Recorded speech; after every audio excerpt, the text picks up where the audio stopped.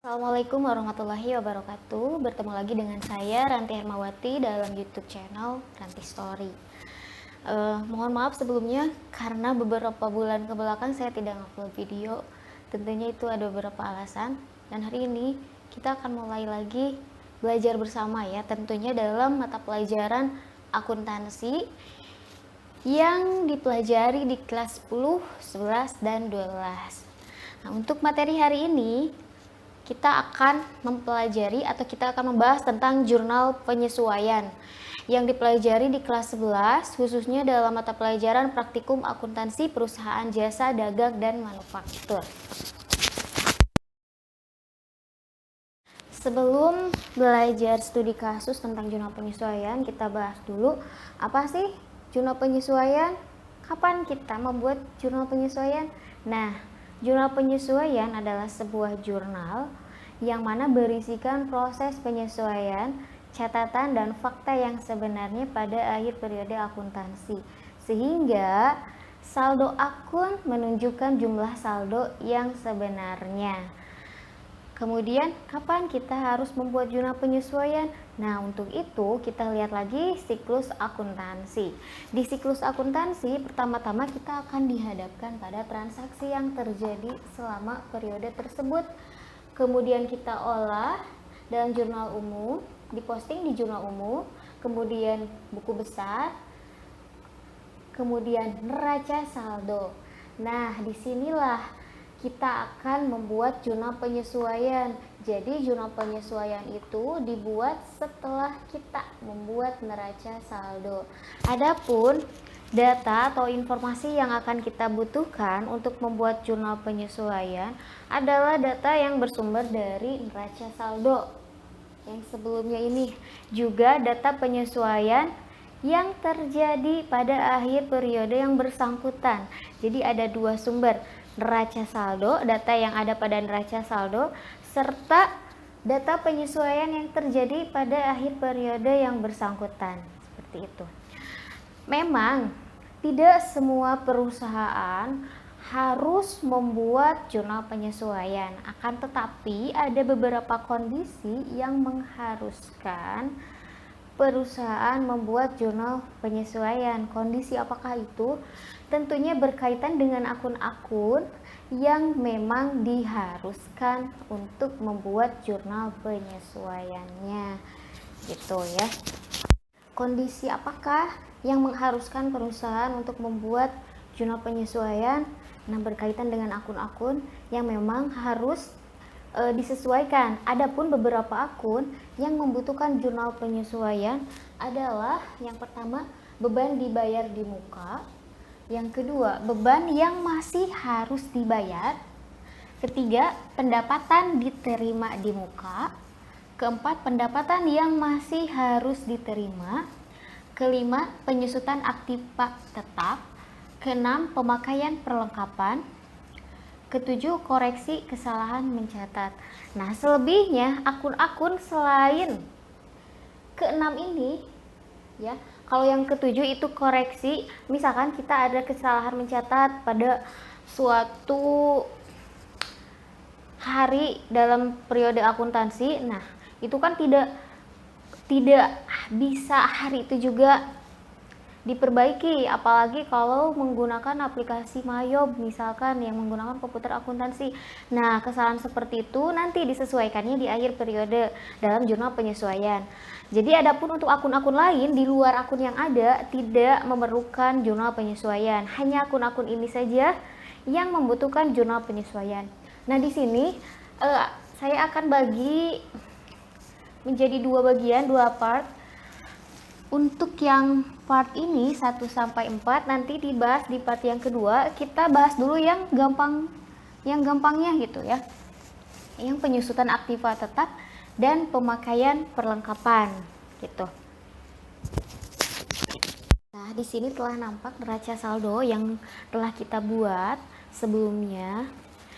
Selanjutnya kita akan membuat jurnal penyesuaian. Seperti tadi di awal, bahwa untuk menyusun jurnal penyesuaian itu kita butuh data atau informasi dari neraca saldo serta data penyesuaian akhir periode yang dibutuhkan. Nah, di sini untuk data penyesuaian tanggal 31 Agustus 2020 nomor 1 yaitu perlengkapan yang tersisa sebesar Rp700.000. Berarti ini poin untuk perlengkapan yang telah habis dipakai. Nah, kita lihat lagi di neraca saldo. Jika kita lihat di neraca saldo, akun perlengkapan menunjukkan saldo di debit sebesar 1 juta. Yang mana 1 juta ini mungkin saja angka tersebut berdasarkan pembelian perlengkapan kita di awal. Sedangkan di akhir periode telah diketahui bahwa perlengkapan yang tersisa itu sebesar Rp700.000. Nah, ada dua informasi yang berbeda antara neraca saldo dan kenyataan yang sebenarnya. Kondisi ini mengharuskan kita untuk membuat jurnal penyesuaian. Maka, jurnal penyesuaian yang bisa kita buat adalah seperti ini. Beban perlengkapan di debit sebesar Rp300.000 terhadap perlengkapan di kredit sebesar Rp300.000. Mengapa angka yang muncul bukan angka yang Rp700.000? Karena untuk akun perlengkapan dalam jurnal penyesuaian, angka yang dimunculkan di jurnal penyesuaian adalah angka yang telah habis dipakai. Perlengkapan yang memang sudah tidak bisa diakui lagi, sudah terpakai, sudah habis. Maka di sini adalah Rp300.000. Karena apa? Ini hasil perbandingan kita antara data saldo perlengkapan di neraca dengan data penyesuaian di akhir periode, yaitu 1 juta dikurangi 700.000, artinya 300.000 sudah habis terpakai. Nah, di sini yang 300.000-nya dianggap sebagai beban perlengkapan. Ya, artinya beban perlengkapan selama bulan Agustus, tanggal 1 sampai tanggal 31 Agustus. Perlengkapan berkurang sebesar 300.000 di kredit. Ya, kita harus tahu juga di saldo normal akun, kemudian mutasi bertambah dan berkurang, itu poin utama kita harus hafal, jadi tidak akan dijelaskan lagi ya. Kalau perlengkapan berkurangnya tentu di kredit. Perlengkapan berkurang 300.000 karena dianggap sebagai beban perlengkapan yang telah habis terpakai selama bulan Agustus. Nah, nanti di neraca lajur akan nampak keadaan yang sebenarnya bahwa perlengkapan tinggal tersisa Rp700.000 karena 1 juta dikurangi Rp300.000 nanti di posisi di kreditnya. Seperti itu. Kita bahas soal yang selanjutnya. Untuk penyesuaian tanggal 31 Agustus 2020. Di sini diketahui penyusutan peralatan sebesar 10% dari harga perolehan peralatan. Harga perolehan peralatan bisa dilihat di neraca saldo. Di sini peralatan berdasarkan neraca saldo di posisi debit menunjukkan saldo Rp3 juta. Nah, tentunya ini akan mengalami penyusutan di akhir periode karena peralatan namanya aktiva tetap pasti akan menyusut.